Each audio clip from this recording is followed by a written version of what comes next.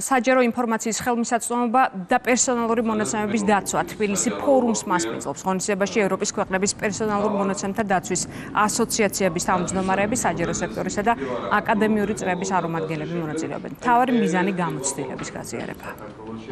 ფორუმში მონაწილეობას ღებულობენ როგორც ადგილობრივი, ასევე საერთაშორისო ექსპერტები, უშუალოდ მონაწილეობას და ერთ-ერთი მოხსენებელი გახლავთ ევროპის ფედერაციის თავმჯდომარე.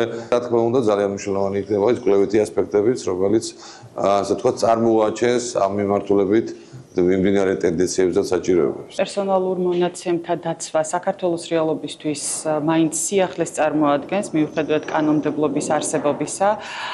ფორუმის მთავარი დანიშნულება, როგორც ახლა ტარდება, არის ის, რომ ჩვენ პერსონალურ მონაცემთა დაცვის ოფიცრებს გვაერთიანებს და გვეძლება შესაძლებლობა ერთმანეთს გაუზიაროთ საკუთარი გამოცდილება, ერთმანეთს გაუზიაროთ კონკრეტული кейსების გადაჭრის გზები